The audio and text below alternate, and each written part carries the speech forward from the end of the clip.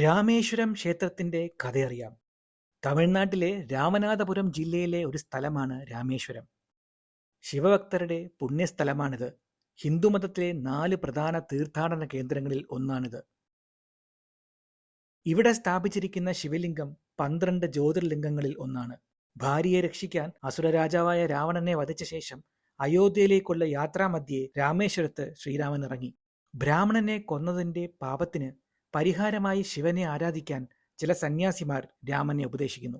ഹിമാലയത്തിൽ നിന്നൊരു ശിവലിംഗം കൊണ്ടുവരാൻ രാമൻ ഹനുമാനോട് ആവശ്യപ്പെട്ടു. ശിവലിംഗ പ്രതിഷ്ഠയ്ക്കായി രാമൻ ഒരു സമയം നിശ്ചയിച്ചു.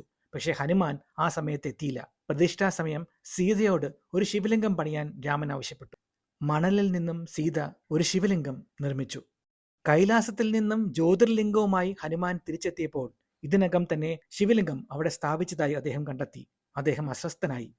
അതിന് പരിഹാരമായി സീത പ്രതിഷ്ഠിച്ച ശിവലിംഗത്തിന് മുമ്പായി ഹനുമാൻ കൊണ്ടുവന്ന ലിംഗത്തെ ആരാധിക്കുന്നത് ഒരു പാരമ്പര്യമായി മാറി.